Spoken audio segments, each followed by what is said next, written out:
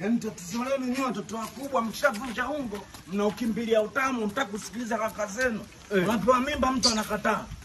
Hiyo mimba kwanza ikapoa tumbo lako sio kama gobeo. Mwanangu, hizi mama mtoto anasoma mimi nikifika huko sitaki kushikwa na mtu. Hebu sikia. Huo ukifika huko. Ukifika tu pa ini kwa msura tatizo. Niachane wewe mziki. Tuta. Nani wa kumpiga mtama mtu? Wewe nani utampiga mtama? Wewe ndio kutoa wanaume wamedinda kabisa wameweka ngingi nani utampiga mtama? Kumbe unijui. Mimi namchota mtu mtama, ayo yeye achanganyikiwa. Piga mtama mguu hapa kama wewe mwanaume kweli. Tukutane na kijingi kimeginga. Kuvunja bwana. Piga.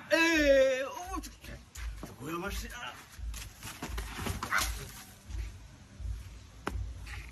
Nini?